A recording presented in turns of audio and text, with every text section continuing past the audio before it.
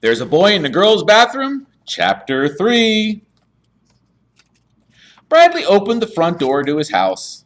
Then he made a face. It smelled like fish.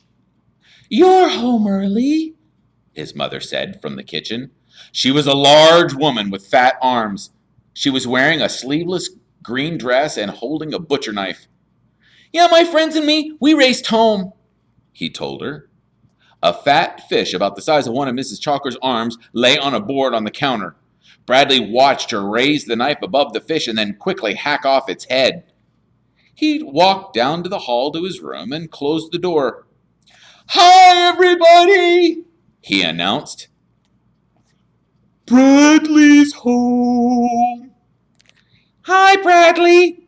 "Hi, Bradley," he said. "Hi, everybody," he answered, this time speaking for himself. He was talking to his collection of little animals. He had about 20 of them. There was a brass lion that had been found one day in a garbage can on the way to school. There was an ivory donkey that his parents had brought back from their trip to Mexico. There were 2 owls that were once used as salt and pepper shakers, a glass unicorn with its horn broken, a family of cocker spaniels attached around an ashtray, a raccoon, a fox, an elephant, a kangaroo, and some were so chipped and broken you couldn't tell what they were. And they were all his friends. And they all liked Bradley. "Where's Ronnie?" Bradley asked. "And Bartholomew?" "I don't know," said the fox. "Yeah, they're always going off together," said the kangaroo. Bradley leaned across the bed and reached under his pillow, and he pulled out Ronnie the rabbit and Bartholomew the bear. He knew they were there under his pillow because that was where he had put them before he went to school. "What were you 2 doing back there?" he demanded. "Hee!" Ronnie giggled. She was a little red rabbit with tiny blue eyes glued onto her face. One ear was broken. "Nothing, Bradley," she said. "I was just taking a walk." Yeah, I had to go to the bathroom," said Bartholomew. He was a brown and white ceramic bear that stood on his hind legs. His mouth was open, revealing beautifully made teeth and a red tongue. "They were making out," said the Mexican donkey. "I saw them kissing." "Eee!" Ronnie giggled. "Oh, Ronnie," said Bradley. "What am I going to do with you?" "Hee!" she giggled again.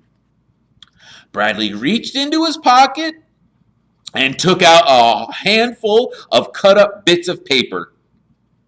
His language arts test. "Look, everybody," he said. "I brought you some food." And then he dropped the little bits of paper onto the bed. Then he scooped up all of his animals. "Not so fast," he said. "There's plenty for everybody." "Thank you, Bradley," said Ronnie. "It's delicious." "Yeah, it's real good," said Bartholomew. "Don't play with your food," the mother cocker spaniel told the 3 children. Hey, can you pass the salt?" said the pepper owl. Yeah, can you pass the pepper?" said the salt owl. "Let's hear it for Bradley," called the lion, and they all cheered. "Yay, Bradley." Ronnie finished eating, then he hopped off her by herself, singing doo-dee-dee-doo-dee-dee-doo. Then she said, "I think I'm going to go swimming in the pond." The pond was a purple stain on Bradley's bed where he had once spilled grape juice. Ronnie jumped into the water. Suddenly she cried, "Help! I have a cramp." "You shouldn't have gone swimming right after eating," Bradley reminded her. "Help! I'm drowning." Bartholomew looked up. "That sounds like Ronnie," he said. "It sounds like she's drowning in the pond." He hurried to rescue her. "Hold on, Ronnie," he shouted. "I'm..." But then the door to Bradley's room swung open, and his sister, Claudia, barged in. She was 4 years older than Bradley. "Get out of here!" he snapped at her. "Or else I'm going to punch your face in!" "What are you doing?" she teased. "Talking to your little animal friends?" She laughed, showing her braces. It was Claudia who had broken Ronnie's ear. She had stepped on it accidentally. She told Bradley it was his fault for leaving his animals strewn all over the floor. He didn't tell her that Ronnie wasn't on the floor, but lost in a desert. Instead, he just said, "Who cares? It's just a stupid red rabbit." "Well, anyway, Mom wants you," said Claudia. "She told me to get you." "What does she want?" "She wants to talk to you. Tell your animals to be right back." "I wasn't talking to them," Bradley insisted. "Then what were you doing?" "I was arranging them. I was putting them in alphabetical order. It's a project for my school. Call my teacher if you don't believe me." Claudia snickered. Although she always made fun of Bradley's animals, she had really felt bad when she stepped on the rabbit. She knew it was Bradley's favorite. She had bought him the bear to make up for it. "What do I want a stupid bear for?" But that's what he said when she gave it to him. Bradley went into the kitchen. The fish, now cut up and covered with onions, was frying on top of the stove. "Do you want me?" "How's everything at school?" asked his mother. "Great! In fact, today I was elected class president." "Are your grades all right?" "Yep. Mrs. Ebel handed back a language arts test today, and I got another A. In fact, I was an A+. "Can I see it?" Mrs. Ebel hung it on the wall next to all my other A papers." "Mrs. Ebel just called me." His heart fluttered. "Why didn't you tell me that tomorrow was parent-teacher conference?" asked his mother. Didn't I tell you?" he asked innocently. "No, I don't think so." "Yeah, I told you," he said. "You said you couldn't go. You must have forgot. It's okay." "Mrs. Ebel seems to think it's important for me to be there," said his mother. "Oh, that's your job," said Bradley. The more mothers she sees, the more money she makes." "Well, I made an appointment with her for 11 o'clock tomorrow morning." Bradley stared at her in disbelief. "No! You can't go!" he shouted, stamping his foot. "It's not fair!" "Bradley, what?" "It's not fair! It's not fair!" He ran into his bedroom and he slammed the door behind him. A moment later, his mother knocked on the door. "What is it?" she asked. "What's not fair?" "It's not fair!" he yelled. "You promised!" "What did I promise? Bradley, what did I promise?" He didn't answer. He couldn't until he thought up why it wasn't fair and what she had promised him. He stayed in his room until Claudia had told him he had to come to dinner.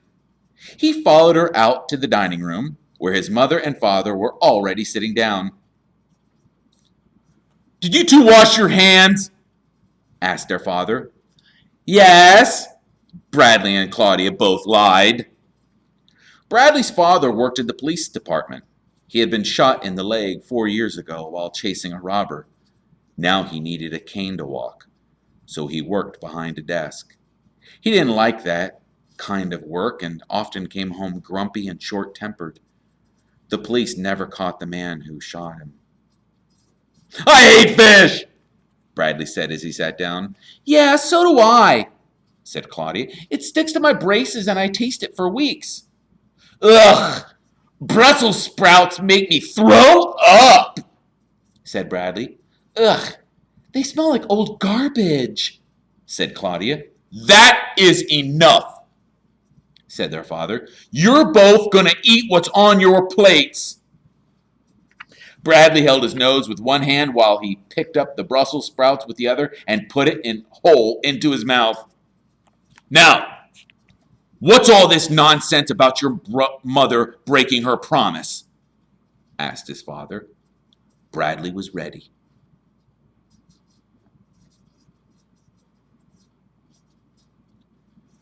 She promised she'd take me to the zoo tomorrow, and now she won't. What? Exclaimed his mother.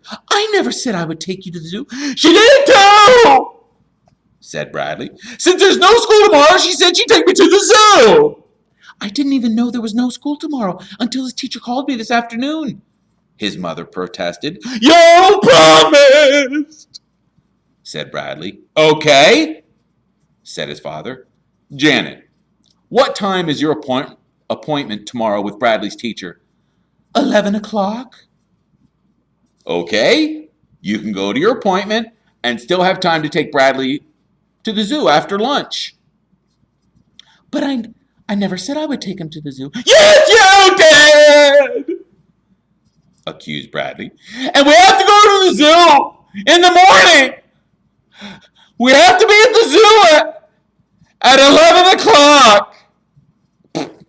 Claudia snickered. Why do you have to be at the zoo at 11 o'clock? He glared at her. Then he turned back to his father. Because that's when they feed the lions. Claudia laughed. She promised she'd take me to see them feed the lions at 11 o'clock. Bradley insisted. His mother was flabbergasted. I don't even know what. I don't even know when they feed the lions. At 11 o'clock, said Bradley. Don't lie to your mother. Really? Said Bradley. They feed the lions at 11 o'clock. I don't tolerate lying, said his father. I'm not lying, said Bradley. Call the zoo if you don't believe me. Don't you lie to your mother and you don't lie to me. Call the zoo. Your mother said she never promised to take you to the zoo. She's lying! Right after he said it, he knew it was a mistake. His father turned purple with rage. Don't you ever call your mother a liar. Now you go to your room. Call the zoo! Bradley pleaded. Maybe I did tell him I would take him to the zoo, said his mother. You see? Said Bradley. You keep it up, Bradley, said his father. Just keep it up. You want to be a criminal when you grow up? You want to spend your life in jail? I see people like you every day at the police station. Just keep it up. Bradley stared angrily at his father. Not all criminals go to jail. What about the man that shot you? I said go to your room.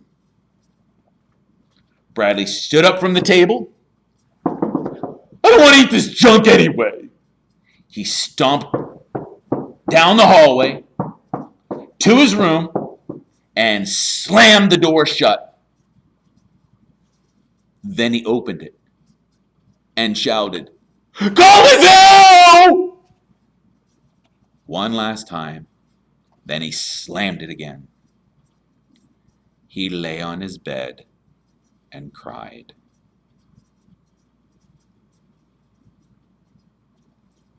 Don't cry, Bradley, said Ronnie. Everything's gonna be okay.